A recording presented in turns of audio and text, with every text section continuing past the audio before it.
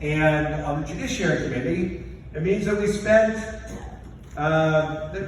well, almost a year looking at the Mueller report, pointing out the multiple instances of obstruction of justice contained in Volume 2 of the Mueller report, and proceeding as we have since last March on the inquiry that's led us to today. But what happened along the way, even as we were all reading the Mueller report, we looked at Volume 1, we saw that it laid out the way that the Russians interfered in the 2016 election. The Trump campaign was only too happy to have their involvement.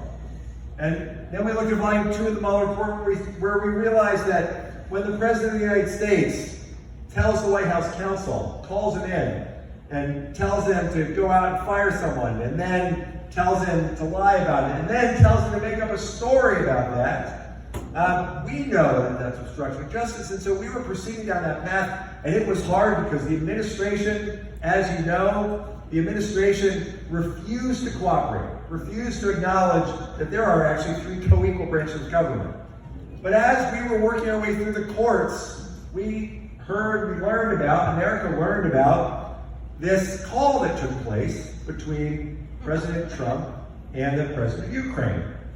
And what we've gone on to learn is that it wasn't just what happened on that call, it's the way the President of the United States brought in Rudy Giuliani, his personal lawyer, brought in Rudy Giuliani to put together a shadow foreign policy, to reach out and bring in Volcker and Sondland and Rick Perry, and to have them have a foreign policy that was aimed solely at shaking down a foreign government for help in the 2020 campaign.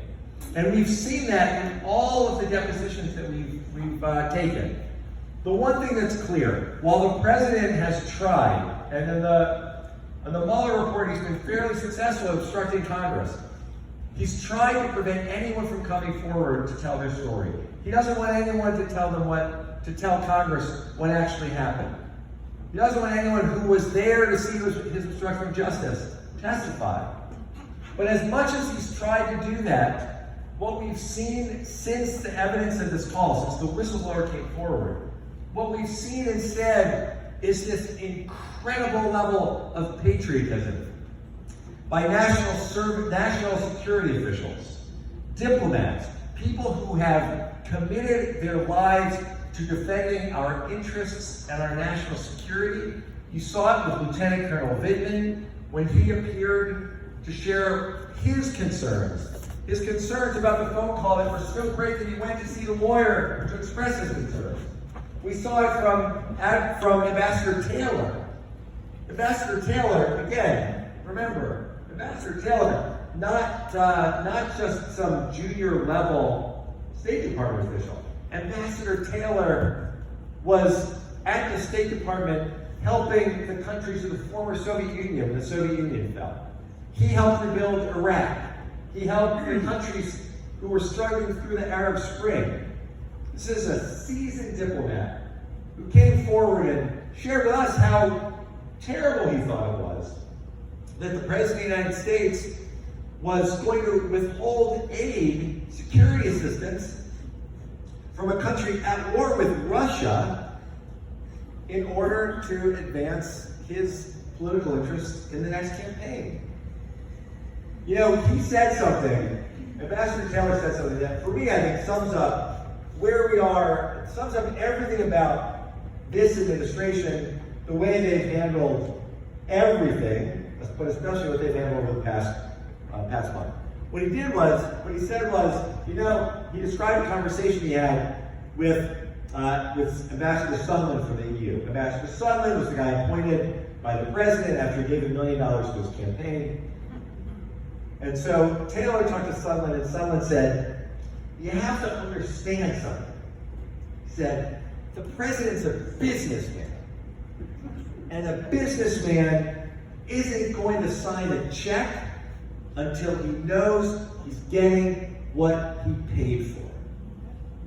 That, my friends in Wynmoor, is the way this president has conducted himself in the White House, And it is the way, sadly, that he tried to use our foreign policy.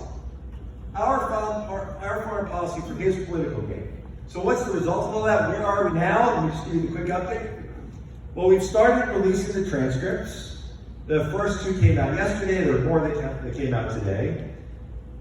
And what the transcripts show is that there's just no good reason that my Republican colleagues, well, it's actually, I guess, shows why it is, they refuse to answer the questions about the substance.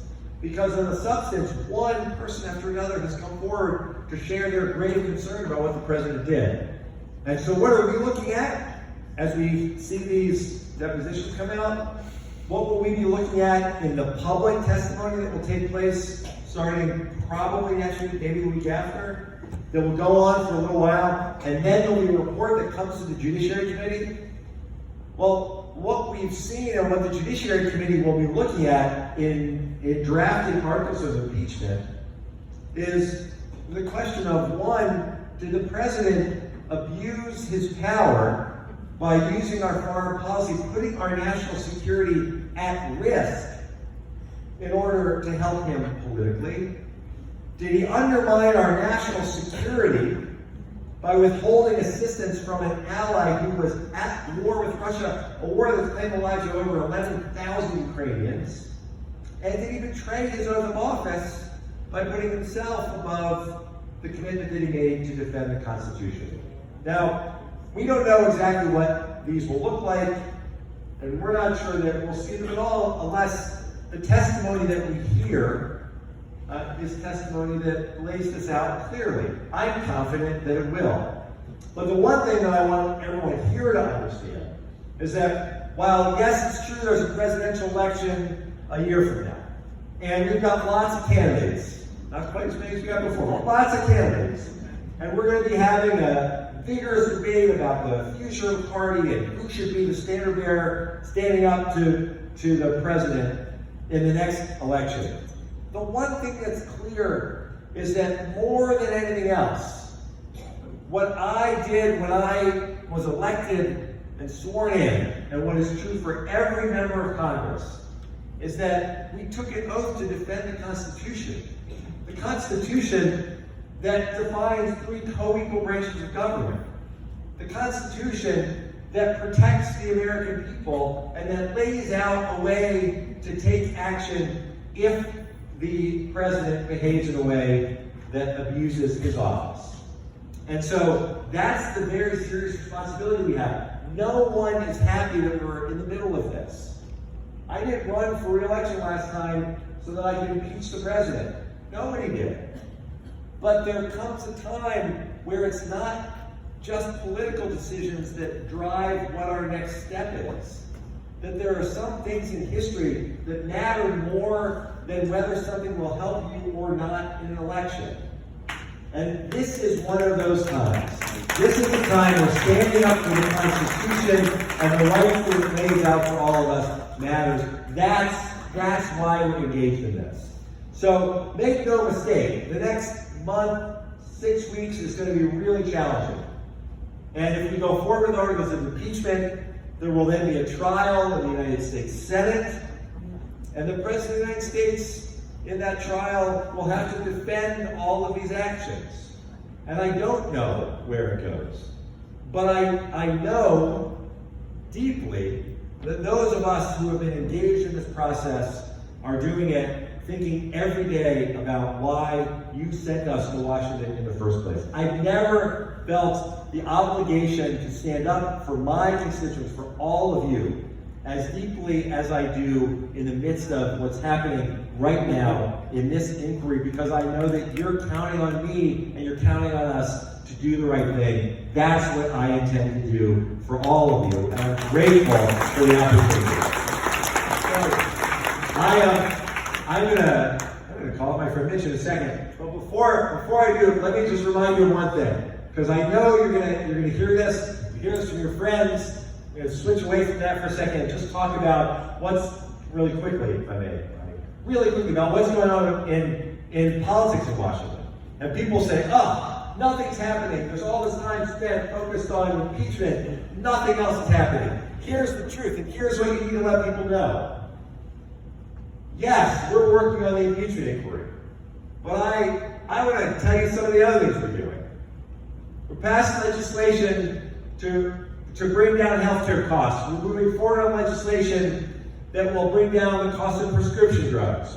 We passed legislation that will require background checks for everyone who buys a firearm, no matter where they buy it. We passed legislation to make our elections cleaner and get corruption out of our system, and we're working hard on legislation and my constitutional amendment to overturn Citizens United and get money out of politics. All of that is happening right now, and so the next time anyone says to you, well, I get it, this impeachment thing, and the president, I understand why they're doing it, but why can't they do everything else? I'm going to give you one simple response. You look your friends in the eye and tell them, go ask Marco Rubio and Rick Scott why they're allowing Mitch McConnell to prevent anything positive from happening in the United States Congress. That's what you ought to do. If you do that, let's keep up the pressure on our senators. We'll keep up the pressure on the Senate. We're going to keep going forward down the path on our inquiry. We're going to keep going forward, passing legislation to improve the lives of the American people. And finally, in the midst of this difficult moment that we're having in Washington, with the challenges presented by the president and his actions, in the midst of all of that, I'm going to finish by giving you a very good piece of news. 2 weeks ago, the U.S. House of Representatives took up a piece of legislation that I've been working on for 5 years. Not something that should have taken 5 years.